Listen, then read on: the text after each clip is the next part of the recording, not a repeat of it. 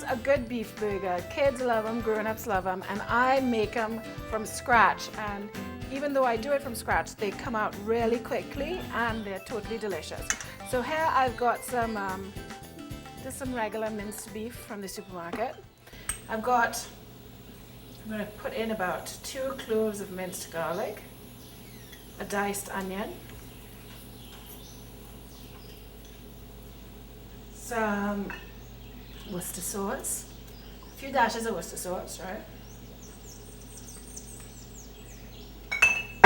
Some salt, and just mix it up with your hand, right? Get it good and combined. Right. Next thing we're gonna do is, now you can put breadcrumbs in here if you want, but I don't always use breadcrumbs because I like it to be just the beef. Give me the meat, right? So we have an egg here, which I've beaten up. I'm going to pour about half of the egg in there. And this is what's going to hold everything together when you're making your patty, so that it doesn't fall apart when it's being cooked. And basically I have huge hands, so I can do this, right? But I'm going to just grab a handful of meat and form it into a patty. Right, and that's what I'm going to fry. Okay, so I'll just leave that here for 1 minute. Quick wash of the hands. What I find goes really well with beef burgers is coleslaw, but I don't like regular coleslaw. I don't grated up carrots. It just doesn't do anything for me. I like my coleslaw to be quite exotic and exciting. So I use red cabbage. So half a red cabbage I've shredded here. I've got some celery, which I've just chopped up into little cubes. Half a green apple. When I'm putting things together, even if it's the simplest of meals, I really want it to look nice. And so keep things like color and texture in mind when you're cooking, when you're cooking, because it really helps things to, there's nothing nicer than eating a really good meal that's been presented beautifully, right? So I've got my purple and my green happening here. A bit more green, some green apple, half a green apple chopped up. I've got some red onion, half a red onion chopped into quite thin slices. Don't want it to be too overpowering. And then just get it all mixed up. If you keep apple for too long and it's not got something acidic, it will start to turn. So because I'm going to put vinegar in the salad anyway, I thought I'd just put a little vinegar, a splash of vinegar on the apple so that it doesn't turn. You can use lime juice or lemons or whatever, right? Now for the dressing, which is really important, and never just put mayonnaise into a coleslaw. So much more delicious if you add a couple of things here and there. So I've got a cup of mayonnaise, and to that I'm going to add some balsamic vinegar, some salt, just a pinch, little olive oil,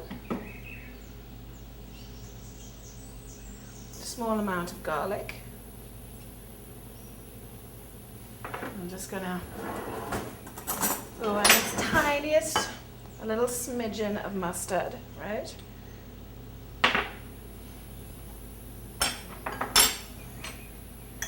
Mix that up a bit. Get it a little bit, so it's like of a pouring consistency, and that's kind of nice, right?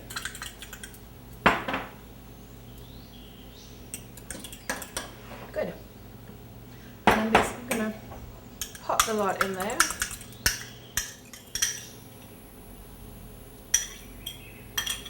And give it a good old mix. Just make sure the mayonnaise gets well and truly combined. I like my coleslaw to be quite mayonnaisey. Right. And there you have it. Kind of interesting and very delicious coleslaw, right? So let's take my beef and my bacon over to the cooker to cook the burgers.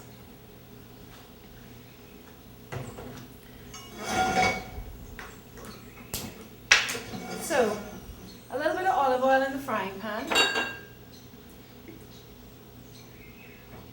And you're basically going to lay in your burgers quite gently, right? And, well, I don't know, if you like them to be really flat, you can squash them, but I like them to be kind of a nice kind of size, you know. This is the next one. And these, you really don't want to handle these too much. Cook it on one side and cook it on the other side, and don't be flipping the burger over and over again.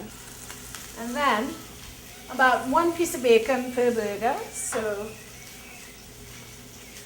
2 slices of bacon. Just let those cook on either side of the burgers.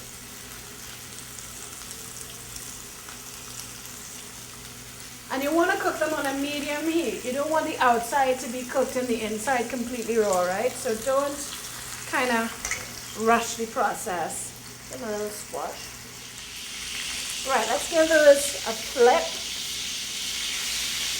You have to, unless you have a Teflon pan, dig really deep with your spatula because you don't want all that nice golden brown to scrape off. So dig really deep and flip over.